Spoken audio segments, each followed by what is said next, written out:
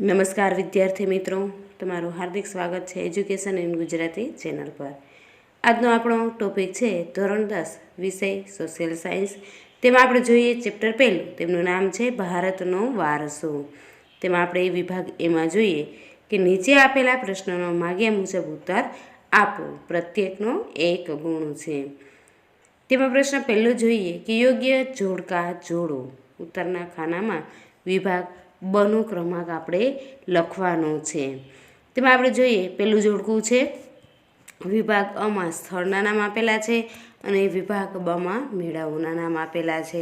તેમાં આપણે પહેલું જોઈએ કે અંબાજીનો મેળો છે એ ભાદરવી પૂનમનો મેળો હોય છે। ત્યારબાદ જોઈએ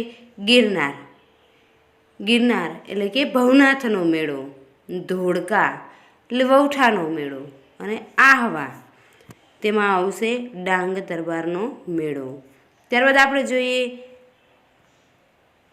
પ્રશ્ન બીજો વિભાગ અ અને વિભાગ બ। તેમાં આપણે જોઈએ પહેલું છે નેગ્રીટો એટલે કે ભારતના સૌથી પ્રાચીન નિવાસીઓ। બીજું છે ઓસ્ટ્રેલોઇડ, એમાં આવશે નિષાદ। અને ત્રીજું દ્રવિડ, તેમાં આવશે ભારતના મૂળ વતની। અને ચોથું છે મોંગોલોઇડમાં આવશે બીજું કિરાત। ત્યારબાદ પ્રશ્ન બીજો છે નીચેના વિધાનો ખરા છે કે ખોટા તે જણાવો। તેમાં આપણે જોઈએ કે પહેલું છે કે ભારતની સંસ્કૃતિમાંથી સતચિત અને ગૌરવનો અનુભવ પ્રાપ્ત થાય છે, આ વિધાન ખોટું છે। ત્યારબાદ બીજું જોઈએ કે આપણી રાષ્ટ્રમુદ્રામાં 3 સિંહોની આકૃતિ છે, આ વિધાન પણ ખોટું છે। ત્યારબાદ જોઈએ ત્રીજું વિધાન છે કે 18 જ્યોતિર્લિંગો પૈકીનું સોમનાથ મંદિર એ ગુજરાતનું એક તીર્થ સ્થાન છે, આ વિધાન પણ ખોટું છે। ત્યારબાદ ચોથું નેગ્રીટો અથવા નિગ્રો જાતિના લોકો એટલે કે હબસીઓ ભારતના સૌથી પ્રાચીન નિવાસીઓ છે, આ વિધાન સાચું છે। પાંચમું નેગ્રીટો વર્ણે શ્યામ, 5 થી 6 ફૂટ ઊંચા અને માથે વાકડિયા વાળ ધરાવતા હતા, આ વિધાન ખોટું છે। ત્યારબાદ જોઈએ છઠ્ઠું કે ઓસ્ટ્રેલોઇડ લોકો વર્ણે શ્યામ,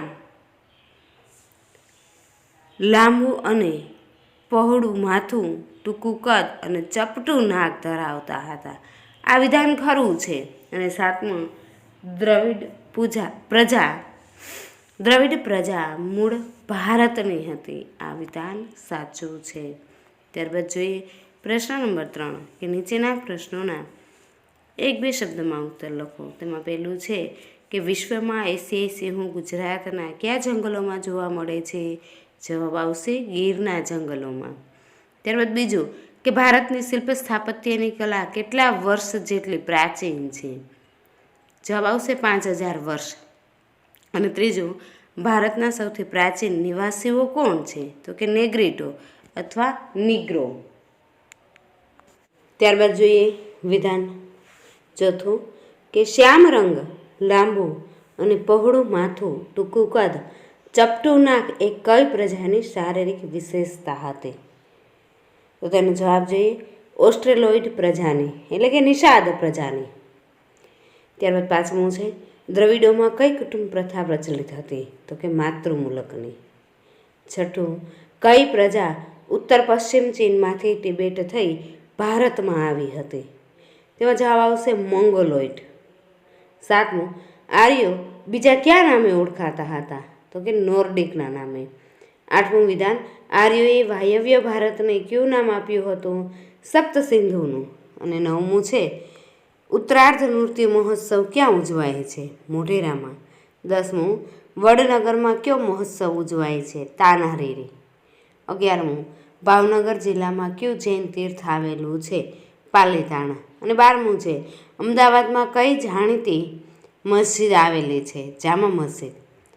ત્યારબાદ જોઈએ આપણે પ્રશ્ન નંબર 4 કે નીચેના દરેક વિધાન માટે કૌંસમાં આપેલા વિકલ્પોમાંથી સાચો વિકલ્પ પસંદ કરી ખાલી જગ્યા પૂરો। તેમાં પહેલું છે કે ભારતના પ્રાચીન ગ્રંથ ખાલી જગ્યામાં ભારત વિશે ભારત વર્ષ શબ્દનો ઉપયોગ થયો છે। જવાબ આવશે વિષ્ણુ પુરાણમાં, કે ભારતના જે પ્રાચીન ગ્રંથ વિષ્ણુ પુરાણ છે તેમાં ભારત વિશે ભારત વર્ષ શબ્દનો ઉપયોગ થયો છે. ત્યારબાદ જોઈએ બીજી ખાલી જગ્યા છે કે ભારત વિસ્તારની દ્રષ્ટિએ વિશ્વમાં કેટલામું સ્થાન ધરાવે છે. તો આપણે જોઈએ કે ભારત છે એ વિસ્તારની દ્રષ્ટિએ આખા વિશ્વમાં 7મું સ્થાન ધરાવે છે. ત્રીજી ખાલી જગ્યા જોઈએ કે આપણે નદીને ખાલી જગ્યાનું બહુમાન આપ્યું છે. શેનું બહુમાન આપ્યું? તો કે લોકમાતાનું. આપણે નદીને લોકમાતાનું બહુમાન આપ્યું છે. ત્યારબાદ ચોથી ખાલી જગ્યા જોઈએ કે મૌર્ય યુગની ઊંધા કમળની આકૃતિ ઉપર સિંહ અને વૃષભનું શિલ્પ છે.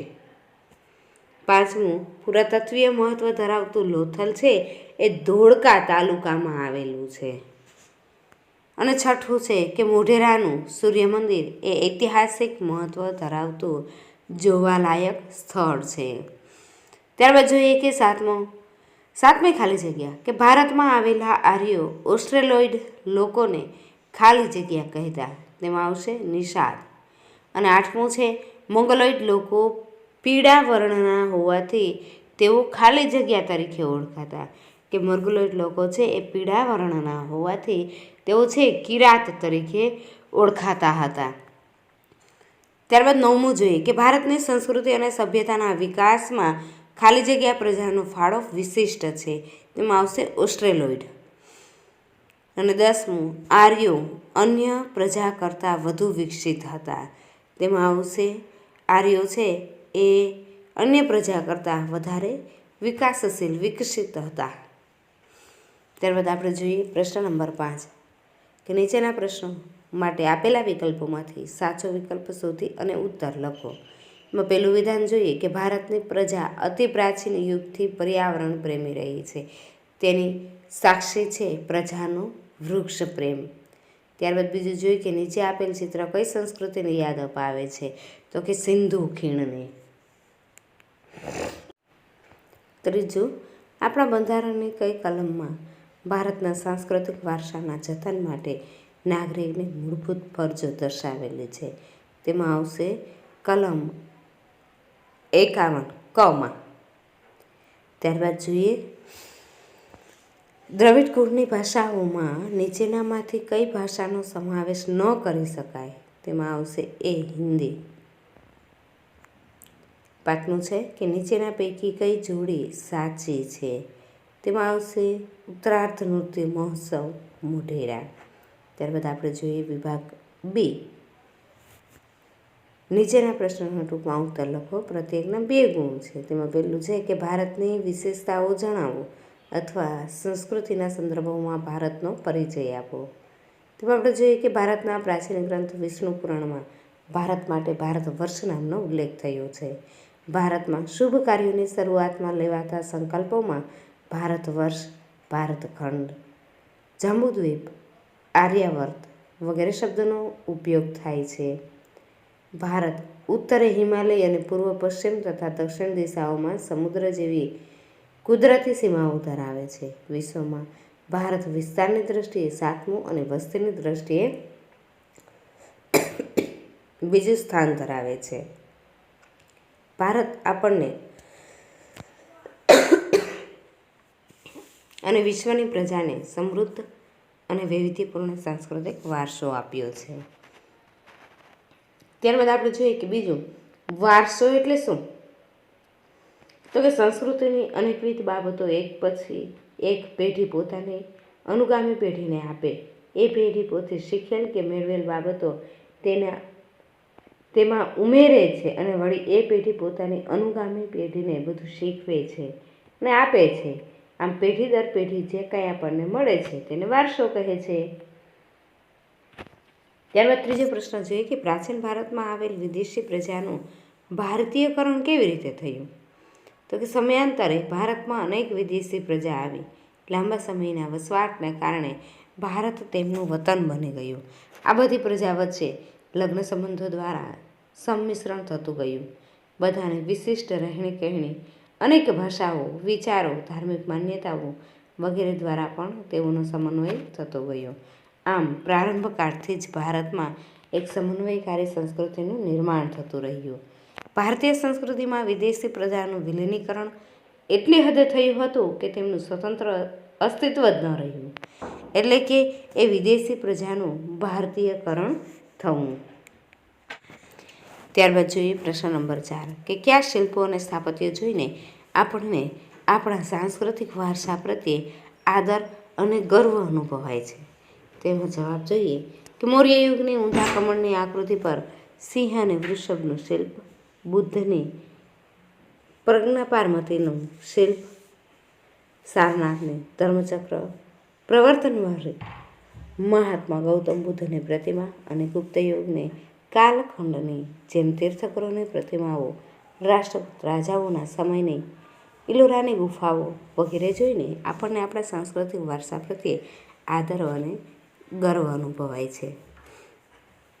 ત્યારબાદ આપણે જોઈએ પ્રશ્ન નંબર 5 કે ભારતની ભૂમિ પર આવેલ વિભિન્ન પ્રાચીનતમ પ્રજામાં કોનો સમાવેશ થાય છે? તો કે ભારતની ભૂમિ પર આવેલ વિભિન્ન પ્રાચીનતમ પ્રજામાં નેગ્રીડો એટલે કે હબસી, ઓસ્ટ્રેલોઇડ એટલે કે નિષાદ, દ્રવિડ, અલ્પાઇન, ડિનારિક, આર્મેનોઇડ, મંગોલોઇડ, આર્યો વગેરેનો સમાવેશ થાય છે.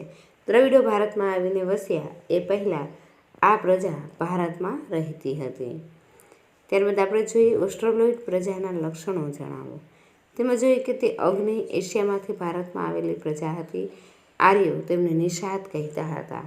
શ્યામ રંગ, લાંબુ અને પહોળું માથું, ચપટું નાક, ટૂંકું કદ એ તેમની શારીરિક વિશેષતા હતી. ભારતની કોલ અને મુંડા જાતિમાં, અસમની ખાસી પ્રજામાં અને નિકોબાર તથા મ્યાનમારની જાતિમાં ઓસ્ટ્રેલોઇડ પ્રજાના મોટાભાગના લક્ષણો જોવા મળે છે. તેઓ માટીના વાસણો બનાવતા, ખેતીકામ કરવું, સુતરાઉ કાપડનું વણાટકામ કરવું વગેરે કૌશલ્ય ધરાવતા હતા. ત્યારબાદ આપણે જોઈએ 7મો પ્રશ્ન કે આર્યો પ્રકૃતિ પ્રેમી હતા એમ શાથી કહી શકાય? તો કે આર્યો વૃક્ષો, નદીઓ, પર્વતો, સૂર્ય, વાયુ, વરસાદ વગેરેની પૂજા અને આરાધના કરતા હતા. તેમણે પ્રકૃતિના તત્વોની સ્તુતિઓ, વૈદિક ઋચાઓ, મંત્રો રચી હતી. સમય જતાં તેમાંથી યજ્ઞ યાગાદી ધાર્મિક ક્રિયાઓ ભારતમાં શરૂ થઈ હતી. આથી કહી શકાય કે આર્યો છે એ પ્રકૃતિ પ્રેમી હતા. ત્યારબાદ જોઈએ પ્રશ્ન નંબર 8 કે ભારતના પ્રાકૃતિક વારસા અને સાંસ્કૃતિક વારસા વચ્ચેનો તફાવત જણાવો. એમાં આપણે જોઈએ કે ભારતનો પ્રાકૃતિક વારસો છે એ પ્રકૃતિએ સર્જેલો છે. ત્યારબાદ સાંસ્કૃતિક વારસો છે એ માનવ સર્જિત છે. હવે પ્રાકૃતિક વારસો છે તે પ્રકૃતિ તરફથી મળેલી અમૂલ્ય ભેટ છે અને સાંસ્કૃતિક વારસો છે તે પૂર્વજો તરફથી મળેલી અમૂલ્ય ભેટ છે. પ્રાકૃતિક વારસો છે એ પર્વતો, નદીઓ, ઝરણાઓ, નદીઓના ખીણ પ્રદેશો, જંગલો, મેદાનો, રણો, સાગરો, દરિયા કિનારો, ઋતુઓ, વૃક્ષો અને વનસ્પતિઓ, જીવજંતુઓ, પશુ પક્ષીઓ વગેરે બાબતોનો સમાવેશ થાય છે. જ્યારે ભારતના સાંસ્કૃતિક વારસામાં રાજમહેલો, ઇમારતો, શિલાલેખો, સ્તૂપો, ચૈત્યો, વિહારો, મંદિરો, મસ્જિદો, મકબરા, ગુંજાશો, કિલ્લાઓ, દરવાજાઓ, પૌરાણિક અને ઉત્ખન્ન કરેલા સ્થળો, જળાશયો, આપણા સ્વતંત્ર સંગ્રામ સહિતના ઐતિહાસિક સ્થળો અને સ્મારકો વગેરેનો સમાવેશ થાય છે. ત્યારબાદ આપણે જોઈએ પ્રાકૃતિક વારસામાં કે તેણે સાંસ્કૃતિક વારસાના ઘડતરમાં અમૂલ્ય ફાળો આપ્યો છે. જ્યારે સાંસ્કૃતિક વારસામાં કે તેનો વિકાસ ઐતિહાસિક યુગોની સાથે થયેલો છે. ત્યારબાદ આપણે જોઈએ પ્રશ્ન નંબર 9 કે ભારતીય વારસાના જતન અને સંરક્ષણ અંગે આપણી બંધારણીય ફરજો શી છે? કે આપણા બંધારણના અનુચ્છેદ 51 ભારતના નાગરિકની મૂળભૂત ફરજો દર્શાવી છે. તેમાં